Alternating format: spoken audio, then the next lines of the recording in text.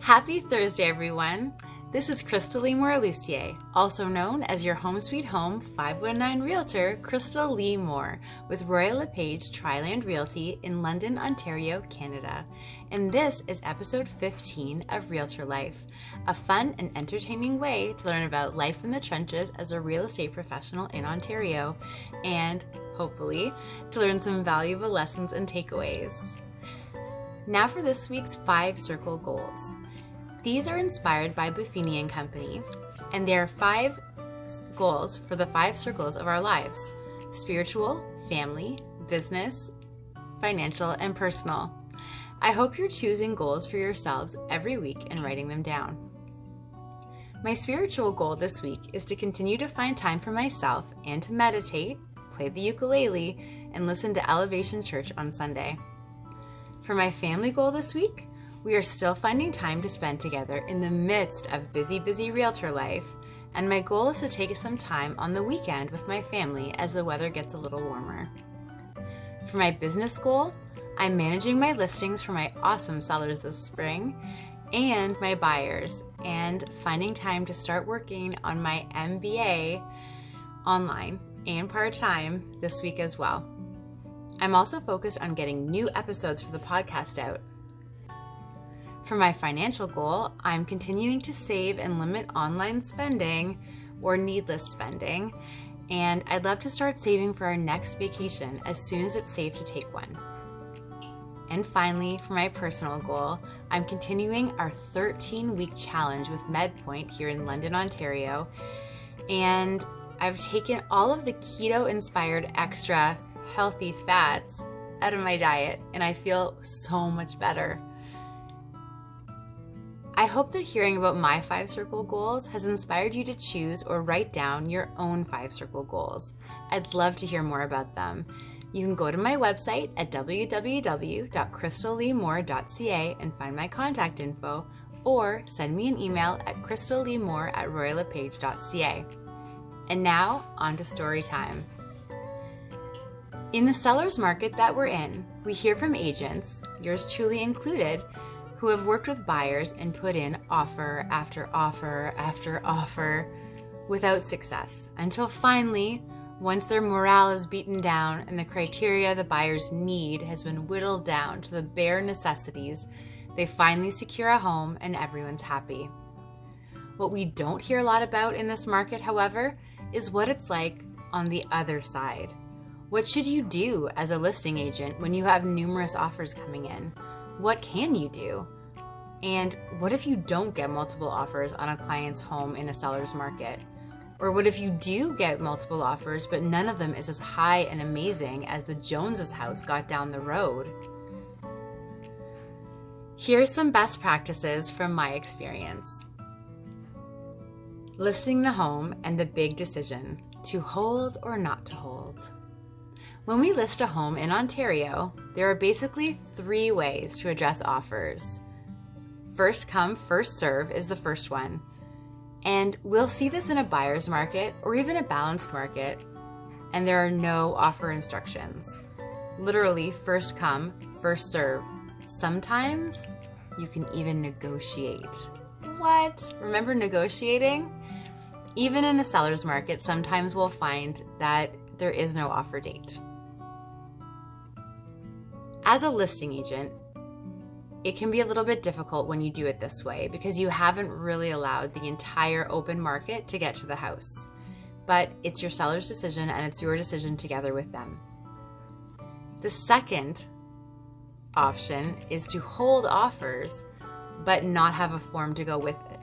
So you can say, we're looking at offers on Thursday, March 18th, 2021. You can say that, but that's all you're saying. So someone could bring an early offer, but your clients would prefer to look at offers on the 18th. The next one, which a lot of people are doing as listing agents in the market right now, is Form 244, a seller's direction, that says no early offers. You're not even allowed to convey an early offer verbally or even indicate that there might be one coming in. It is very, very, very important that you understand the rule here because you can get in big trouble if you break it. So let's say you have a Form 244 signed and you're supposed to look at offers next Tuesday. You get a really good offer today and it is $50,000 over the list price and you think your clients would really want to see it. If they've signed that direction that says there's no conveyance or communication, it means you cannot even tell them an offer has come in. So before clients would sign something like that, they need to understand that. And while your clients can change their mind about the seller's direction and change the details of it, it's very important that they don't change the details because you broke the rules and told them that there was an offer. I'm going to give you an example that happened with my clients. I had a listing and we had said we were looking at offers on the following Wednesday. Well, on Sunday, I received an offer and it was a good offer. There were no conditions and it was $40,000 higher than we had listed. I was in a dilemma. I knew my clients were very nervous and I knew that they would really be interested in this offer, but I couldn't tell them. What I did decide to do is make sure that they understood the Form 244, the seller's direction, because I didn't know for sure that we had explained it in complete detail. So I asked them and I said, here's the thing, if we keep it as is, even if I find out that there's another offer, I cannot tell you, and we'll have to wait until Wednesday. But, and here's the thing, if someone's willing to offer early, they should be willing to offer with everyone else. So they kept everything the same and I did not tell them about the offer. When I told the agent, he was so upset. He was a little bit of a bully about it. And he said, what, you think you can get a better offer? I did think we could get a better offer, but I didn't say that to him. I just said, no, this is the rule, no early offers. So if we fast forward to the Wednesday, we had not one, but 12 offers on the house, including this guy who had come back to the table. And instead of being $40,000 over, we sold it for $120,000 over. Not too shabby. My clients were very, very happy. Thank goodness. When it's time to have the offer day, you've listed the house, you've said you're having an offer day, and it's time to start getting those offers in, here's some best practices that I've learned in my experience. Firstly, be clear with the other agents about your timing for the offer review. If offers are due at 5 o'clock and you're meeting with your clients at 8 o'clock, let people know. Be fair with communication and allowing for unforeseen circumstances. It's not the time to focus on power and control. You do need to manage the process, but you want to do what's best for your client. And remember, you are in the listing agent seat today, but the other agents might be in that same position next time. Do unto others and make sure that your rapport with agents is always maintained. Do what's best for your client always. For the offer presentation itself, pick a time and stick to it. If you have to move it, let people know that you're moving it. What I do for my clients is I create an Excel sheet. We all remember Excel, don't we?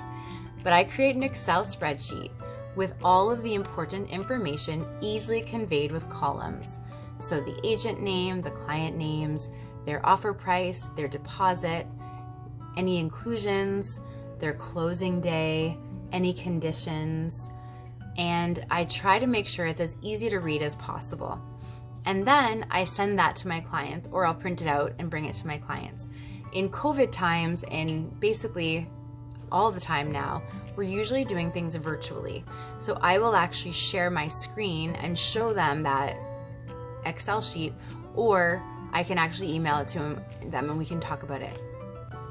So what I also do is make sure before I speak with my clients that I've spoken with the agents, all the agents if I can, but especially the top contenders, about their clients. I'd like to know more. I'd like to know where their financing is coming from. What's their motivation?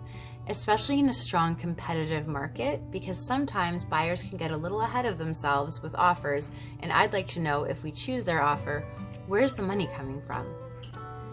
And also, if you get another offer or if something changes in the dynamics, give everyone a chance to improve if necessary. A lot of agents will send in a little blurb about their clients, or a photo or a letter. I do this for my clients too, my buyer clients.